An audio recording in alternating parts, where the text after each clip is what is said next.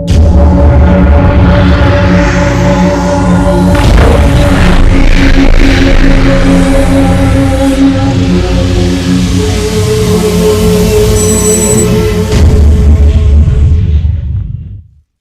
Hind, Jai Bharat to everyone. Students, I hope you all are fit, fine and safe at home. Welcome to our online education. Myself Segundar Sulakshna and I will be teaching you SPCC. So students, today we are here to see standard 11th SPCC chapter number 2 Company Secretary from the part 2. As you all know, already we have seen many parts of this chapter. So today we are here to see the part 5 of the chapter in a very detailed manner.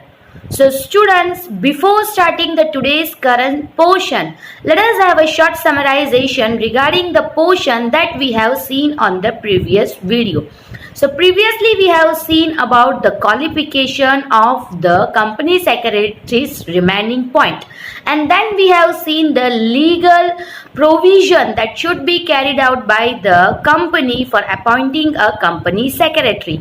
Then we have seen the duties and the functions of the company secretary, in which we have seen in a very detailed manner about the function of the company secretary. So let us have a short summarization of the portion. So in the qualification of the company secretary, we have seen the point of knowledge of public relation. कहीं ना कहीं company secretary को बहुत सारे लोगों के साथ, various parties जो कंपनी के साथ कनेक्टेड है, उन सबके साथ एक अच्छा पब्लिक रिलेशन रखना आना चाहिए. क्यों?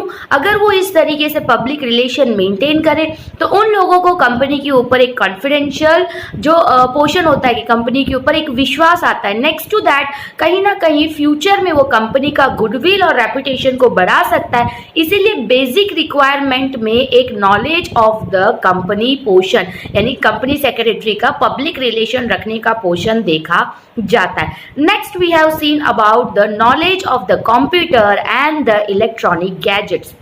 आप लोगों को पता है अभी करंट सिचुएशन या प्रेजेंट सिनारियो की अगर हम बात करते तो कहीं ना कहीं कंप्यूटर और इलेक्ट्रॉनिक गैजेट्स ही इम्पोर्टेंटली काम करते. हर जगह मैनुअल के जगह इस तरीके का पोर्शन देखा जाता है. इवन कंपनी में भी कहीं ना कहीं कंप्यूटर एक बेसिक रिक्वायरमेंट हो गया और उसके बिना कहीं ना कहीं कुछ नहीं हो सकता, ये माना जाता है. बेसिक रिक्वायरमेंट के हिसाब से मैनुअली लोगों का काम बचाना, ठीक है, टाइम बचाना, ह्यूमन रिसोर्सेज, जहां 4 लोगों की जरूरत है वहां पे सिर्फ एक इंसान कंप्यूटर के रूप में काम कर सकता है कंप्यूटर का यूज करके. इस तरीके से कहीं ना कहीं बहुत सारी चीजों को ये सेव करता है. उसके साथ साथ कहीं ना कहीं जो है कंप्यूटर का नॉलेज कंपनी सेक्रेटरी को क्यों चाहिए? क्योंकि यू नो दैट वो कंपनी में हर एक चीज के बारे में ज्यादा ध्यान देते हैं. तो वहां पे ऑफिस एडमिनिस्ट्रेशन के लिए लोगों को कंट्रोल करने, लोगों को गाइड करने, लोगों को सुपरवाइज करने के लिए एक कंपनी सेक्रेटरी को कैसा होना चाहिए? तो कहीं ना कहीं कंपेटेबल मतलब उसके साथ इक्वली कंप्यूटर का नॉलेज रखना चाहिए. इसीलिए कंपनी सेक्रेटरी को जो है basic knowledge of the computer and electronic gadgets का भी होना चाहिए. Next we have seen the legal provision for the portion of the company secretary appointment. अगर हमें कंपनी सेक्रेटरी को अपॉइंट करना है तो उसके लिए क्या क्या लीगल प्रोविजंस करना चाहिए? सो लीगल प्रोविजन की अगर हम बात करते हैं तो न्यू कंपनी एक्ट 2013 में जो नया कंपनी एक्ट आया था, इसमें कहीं ना कहीं ये बोला गया है कि कंपनी सेक्रेटरी को की मैनेजरल पर्सन की तरह इंक्लूड किया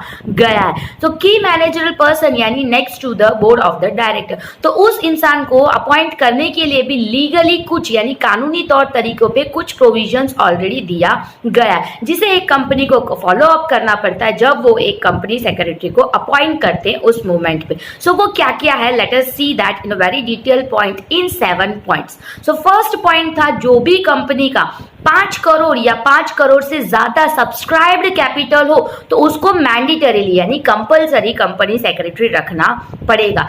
नेक्स्ट पॉइंट हमने देखा कंपनी सेक्रेटरी को कंपलसरीली सीएस का degree, institute of computer secretary का सर्टिफिकेट होना चाहिए.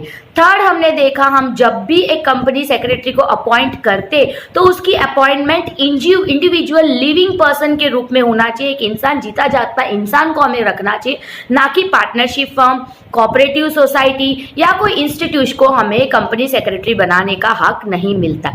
फोर्थ पॉइंट हमने ये देखा, इनसेन, पागल, 18 साल से नीचे, माइनर या तो कोई इंसॉल्वेंट इंसान को हम कहीं ना कहीं क्या कर सकते, कंपनी सेक्रेटरी नहीं बना सकते। ठीक है।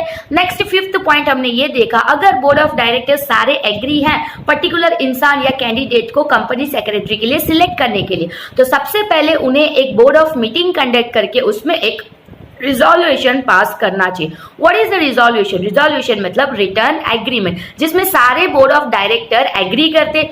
सेकेंड, उस टाइम पे ही उसका सैलरी, कंपनी सेक्रेटरी का सैलरी क्या होगा, उसके टाइम एग्रीमेंट, वो सारी चीजें क्या है, क्या किस अपॉइंटमेंट के टाइम पे ही उसका टर्म्स एंड कंडीशंस, एग्रीमेंट सारे उसी में मेंशन अप होना चाहिए, और मेंबर्स कितने एसेंशियल, ये सारी चीजें उसे पता होना चाहिए। सिक्स्थ पॉइंट ये है कि कहीं ना कहीं अगर आपने तो चूज कर लिया बट वो कैंडिडेट आपकी कंपनी में काम करना चाहता है कि नहीं, ये भी तो इंपॉर्टेंट, तो उसका एक विलिंग कंसेंट का सर्टिफिकेट ऑब्टेन करना। उसके बाद सेवंथ पॉइंट पे जो रजिस्ट्रार होता है कंपनी का, उसके थ्रू उसको रजिस्टर करवाना। रजिस्टर करवाने के लिए MGT का जो फॉर्म है, फॉर्म नंबर 14, उसे फुलफिल करके उसके साथ रिजोल्यूशन एक रखने का और कंसेंट लेटर को अटैच करके रजिस्टर करवाना पड़ता है। दूसरा, MRG का जो फॉर्म है, form number 1, MR form number 1, उसको फिलफिल करने का, उसके साथ भी कंसेंट लेटर और बोर्ड ऑफ डायरेक्टर ने जो रेजोल्यूशन पास किया वो रख के कहीं ना कहीं उन्हें बताना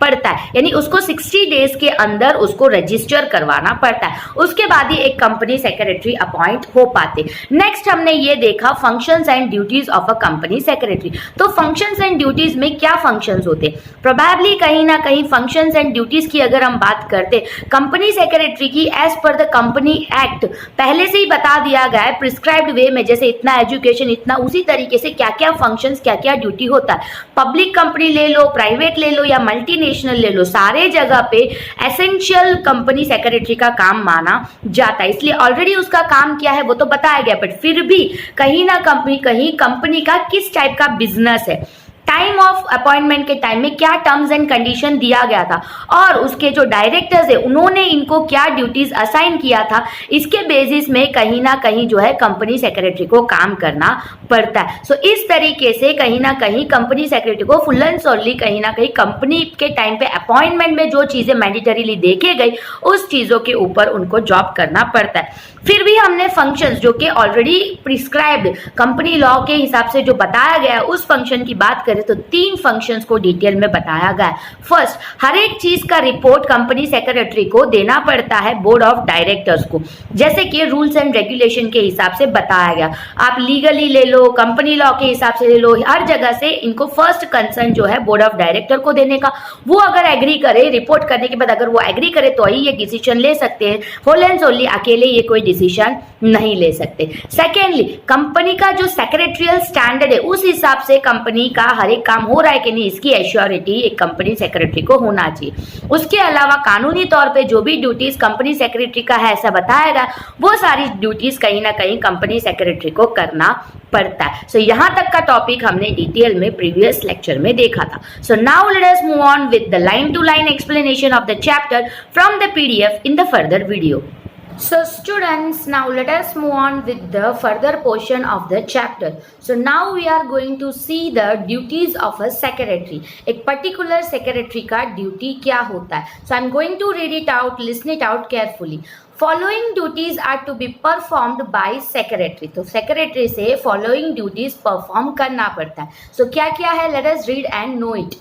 Number 1, to guide the board of directors of the company for their duties and responsibilities. So board of directors बहुत ही बिजी इंसान होते हैं ये माना जाता है. So board of directors क्या करते हैं, कहीं ना कहीं एक सेक्रेटरी को अपॉइंट करके फ्री हो जाते हैं, फिर उन्हें पता नहीं होता है कि उनको क्या करना है और क्या नहीं करना. तो उस टाइम पे एक बोर्ड ऑफ डायरेक्टर को गाइड करना कि भाई आपका ये काम आता है, आपको ये करना पड़ेगा और आपकी ये रिस्पॉन्सिबिलिटी आती है, इस तरीके से कंपनी के रिलेटेड, ठीक है, कंपनी के रिलेटेड कानूनी तौर पे क्या क्या उनका रिस्पॉन्सिबिलिटीज और ड्यूटीज है वो बताना कहीं ना कहीं एक कंपनी सेक्रेटरी का ड्यूटी नंबर 1 माना जाता है। Number 2, to arrange board meetings, annual general meeting and to prepare their minutes. जैसे कि हमने प्रीवियसली भी ये देखा, कहीं ना कहीं कंपनी सेक्रेटरी को बोर्ड मीटिंग अरेंज करना पड़ता है। कभी भी कोई भी डिस्कशन या डिसीजन लेने के लिए बोर्ड मीटिंग को अरेंज करना, एनुअल जनरल मीटिंग जो शेयर होल्डर्स को इंक्लूड करके साल में एक बार देखा जाता है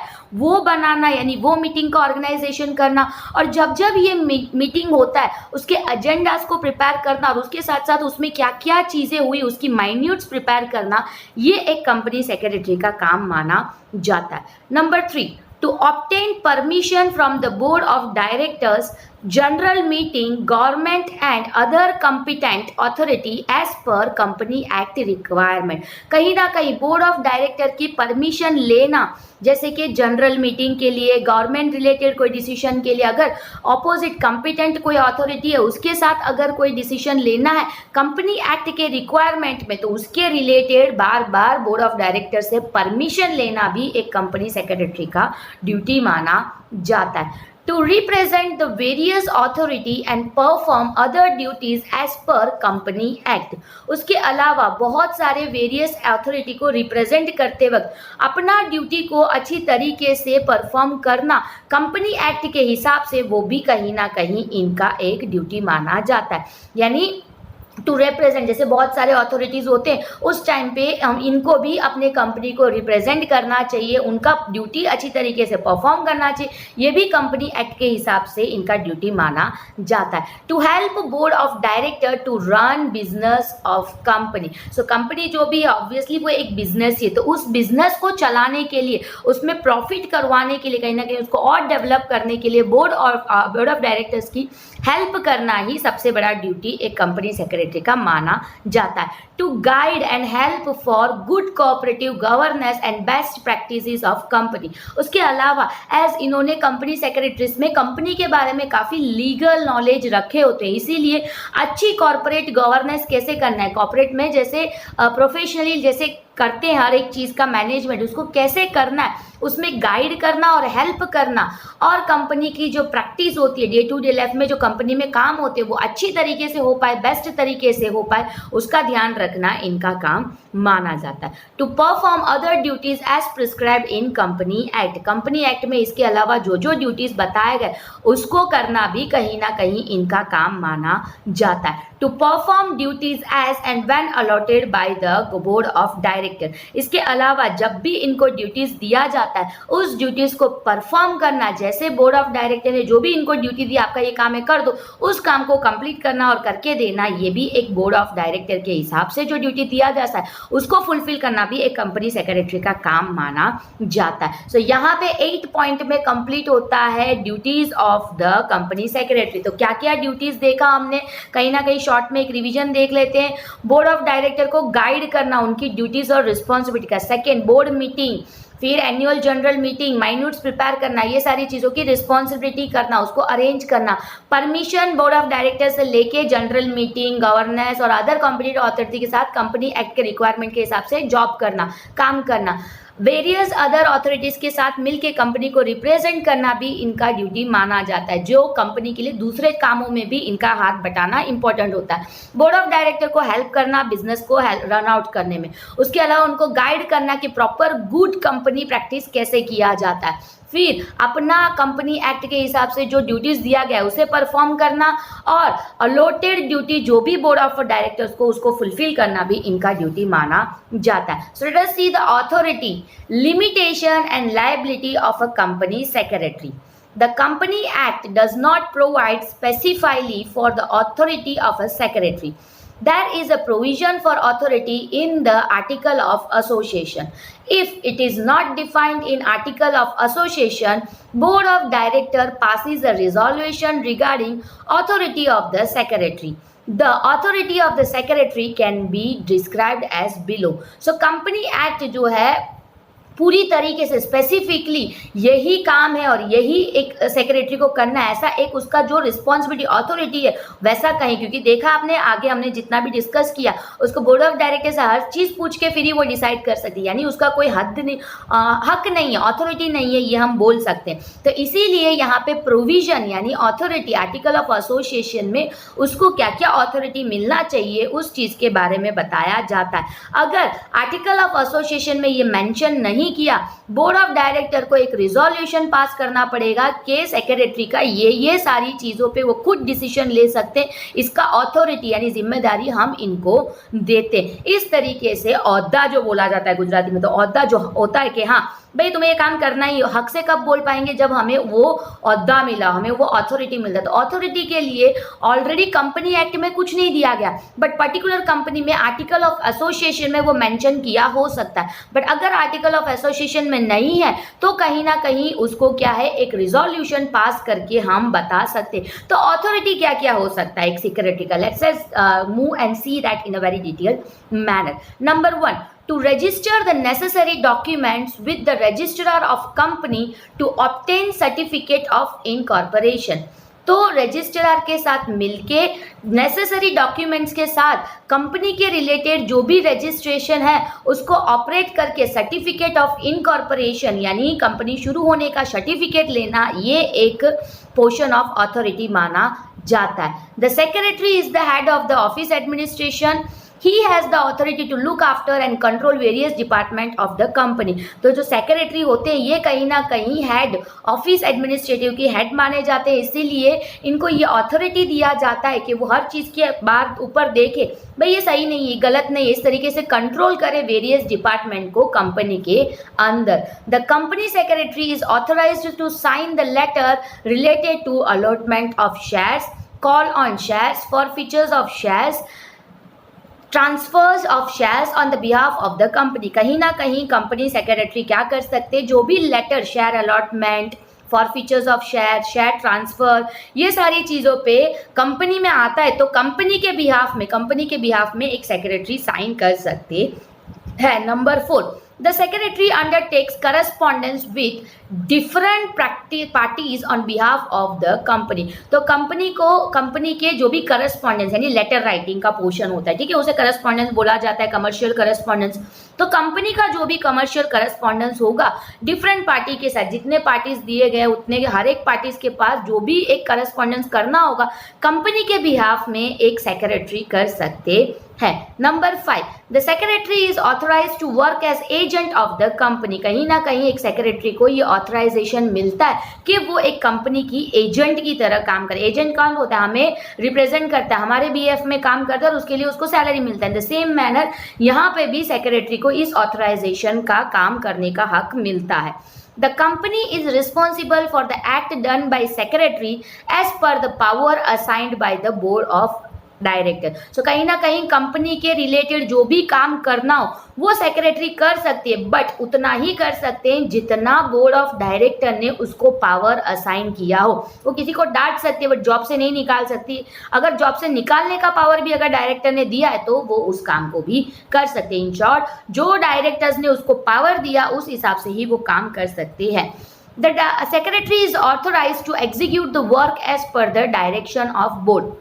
उसके अलावा जो भी काम बोर्ड ऑफ डायरेक्टर ने बताया उस डायरेक्शन में उस काम को करना वो उसका हक माना जाता है। नेक्स्ट आता है limitations of authority of a company secretary. ये कर सकते हैं ऐसा हमने 7 पॉइंट देखा, अब ये नहीं कर सकते वैसे हमें पॉइंट्स देखना है, जिसमें से फर्स्ट पॉइंट है if the board of director has not instructed the secretary cannot convey any meeting as per his wish। अगर बोर्ड ऑफ डायरेक्टर ने नहीं बोला मीटिंग बुलाने को तो सेक्रेटरी अपने हिसाब से कोई भी मीटिंग को बुला नहीं सकते।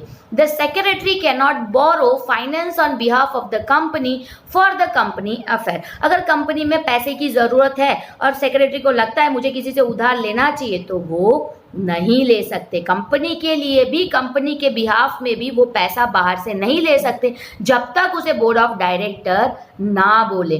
ओके, सो नेक्स्ट पॉइंट 3 है, बट आज का टॉपिक यहां तक रहेगा. So let us have a short summarisation of the topic that we have seen today. क्योंकि पॉइंट वाइज है तो याद रखना थोड़ा मुश्किल होगा. So let us have a short discussion of the portion that we have seen today. Students, I hope that you all have understood the today's portion in a very well manner. So आज हमने detail में देखा duties of a company secretary, authority of a company secretary and limitation of the company secretary, but only few points from the limitation. So let us have a short summarization of the topic that we have seen today. So duties of a company secretary की अगर हम बात करते तो as a company secretary उसे क्या क्या duties करना चाहिए, उसके अंदर हमने जो है 8 पॉइंट्स डिटेल में देखे थे. जिसके अंदर हमने ये देखा एज ए कंपनी सेक्रेटरी उसे कहीं ना कहीं गाइड करना पड़ता है बोर्ड ऑफ डायरेक्टर्स को, उनकी ड्यूटीज और रिस्पॉन्सिबिलिटीज कंपनी के लिए क्या है और कंपनी के लिए उन्हें क्या काम किस तरीके से करना है. सेकेंड हमने ये देखा कंपनी लॉ में जो भी ड्यूटीज बताए गए हों उसको एज पर द लॉ कहीं ना कहीं फुलफिल करना वो उसका ड्यूटी माना जाता है. नंबर थर्ड हमने ये देखा कि करस्पॉन्डेंस के रिलेटेड जो भी पोर्शन उसको करना हो, वो शेयर की अलॉटमेंट हो या रजिस्ट्रेशन हो, तो ये सारी चीजें भी एज ए ड्यूटी उसे परफॉर्म करना पड़ता है. रेदर देन दैट हमने ये देखा कहीं ना कहीं बोर्ड ऑफ डायरेक्टर्स उसे जो भी काम देते हैं उसे फुलफिल करना भी उसका ड्यूटी माना जाता है. इस तरीके से हमने 3 पॉइंट देखा. उसके बाद फोर्थ पॉइंट में हमने देखा कि कहीं ना कहीं जो भी बिजनेस को यानी कंपनी को डेवलप करने के लिए और चलाने के लिए बोर्ड ऑफ डायरेक्टर्स को हेल्प करना भी इसका काम माना जाता है, यानी कंपनी सेक्रेटरी का ड्यूटी होता है. रेदर देन दैट जो भी मीटिंग्स वगैरह होती है उसके अंदर माइन्यूट्स प्रिपेयर करना, उसको अरेंज करना भी एक कंपनी सेक्रेटरी का काम है. Next to that government department या कोई भी अथॉरिटी के साथ वेरियस पार्टी के साथ डील अप करने के टाइम पे भी एज ए रिप्रेजेंटेटिव उसका ड्यूटी उसे अदर अथॉरिटीज के साथ मिलके करना पड़ता है. Next as per the law company law के हिसाब से जो जो काम दिया गया वो सारी काम को फुलफिल करना भी एक कंपनी सेक्रेटरी का काम माना जाता है. इन शॉर्ट कंपनी की शुरुआत से लेके कंपनी के लास्ट जब तक वो जॉब में तब तक कंपनी के हर एक पोर्शन में बोर्ड ऑफ डायरेक्टर को गाइड करना, हेल्प करना, कंपनी के रिलेटेड हर एक पोर्शन में जो कंपनी लॉ में मेंशन किया गया था उस तरीके से कंपनी सेक्रेटरी का जो ड्यूटीज है वो सारी परफॉर्म करना. रेदर देन दैट उसके अलावा अगर बोर्ड ऑफ डायरेक्टर उसे कोई काम देते तो उसे फुलफिल करना भी उसका कहीं ना कहीं ड्यूटी माना जाता है. इसके बाद हमने देखा authority of a company secretary. वैसे तो authority of a company secretary की बात करें तो कंपनी एक्ट के अंदर उसकी क्या अथॉरिटी है इसके बारे में तो कुछ भी क्लियरली मेंशन नहीं किया गया, बट पर्टिकुलर कंपनी के अंदर आर्टिकल ऑफ एसोसिएशन जब बनता है उसी में ही उसकी क्या अथॉरिटी और उसको किस तरीके से काम करना है वो मेंशन कर सकते हैं. बट अगर कोई कंपनी के अंदर ये पोर्शन मेंशन नहीं किया है तो कहीं ना कहीं उन्हें क्या करना है, तो एक बोर्ड ऑफ मीटिंग रख के, बोर्ड ऑफ डायरेक्टर्स की मीटिंग रख के उसमें एक रिजोल्यूशन पास करके उसका क्या क्या अथॉरिटी है उसका प्रोविजन कर सकते हैं. प्रोविजन के अंदर हमने 7 पॉइंट डिटेल में देखा. What are the provision? First of all company secretary को हर एक डिसीजन किसके पास सबसे पहले रिपोर्ट करना चाहिए, तो बोर्ड ऑफ डायरेक्टर के बाद उसको रिपोर्ट करना चाहिए और जितना पावर बोर्ड ऑफ डायरेक्टर उन्हें देते हैं उसी के हिसाब से वो जो है डिसीजन ले सकते हैं. रेदर देन दैट जो भी लेटर कंपनी को आता है on the behalf of the company, जैसे share allotment, share transfer, share forfeiting, share के रिलेटेड जो भी लेटर या करस्पॉन्डेंस आता है उसके अंदर कंपनी के बिहाफ में साइन करना ये इसका काम होता है. वेरियस अथॉरिटी के साथ मिलके कंपनी के लिए रिप्रेजेंट करना, उस टाइम पे सर्टेन डिसीजंस को कहीं ना कहीं व्यू पॉइंट में बोर्ड ऑफ डायरेक्टर्स को लेके फिर देना, वो एक कंपनी सेक्रेटरी का काम माना जाता है. नेक्स्ट वेरियस पार्टीज के साथ करस्पॉन्डेंस जो कंपनी का होता है वो करस्पॉन्डेंस बनाए रखना भी एक कंपनी सेक्रेटरी का काम माना जाता है. इसके अलावा अपॉइंटमेंट के टाइम पे उसको जो पावर दिया गया उस पावर के हिसाब से काम करना एक कंपनी सेक्रेटरी का रिस्पॉन्सिबिलिटी या अथॉरिटी माना जाता है. जो भी काम बोर्ड ऑफ डायरेक्टर देते हैं उस काम को उसी डायरेक्शन में करना भी एक कंपनी सेक्रेटरी का काम माना जाता है. इस तरीके से अथॉरिटी के बारे में हमने डिटेल में देखा। अभी ये कर सकते हैं, ये देखने के बाद ये नहीं कर सकते, जिसे हम लिमिटेशन ऑफ कंपनी सेक्रेटरी बोलते हैं। उसके अंदर हमने 2 पॉइंट देखा। फर्स्ट ऑफ ऑल, कंपनी के कोई भी कंसर्न मामले में एज अ कंपनी सेक्रेटरी वो खुद कोई डिसीजन नहीं ले सकते। As per the board of director जो चीज बोला जाएगा उसी के हिसाब से उनको डिसीजन करना पड़ता है। सेकेंड, कंपनी के बिहाफ में या कंपनी को अगर पैसे की जरूरत है तो वो कहीं से पैसा उधार नहीं ले सकते कंपनी के लिए भी, जब तक बोर्ड ऑफ डायरेक्टर की परमिशन नहीं होती। सो ये सारी चीजें कंपनी सेक्रेटरी नहीं कर सकते। Still points are remaining, but हम वो नेक्स्ट पोर्शन में देखेंगे। I hope you all have understood the today's portion in a very well manner. Rather than that, I hope that this video was an interesting video for you all. Until the next interesting video is not coming, I hope you all will be fit, fine and safe at home. Until that, Jai Hind and Jai Bharat to everyone.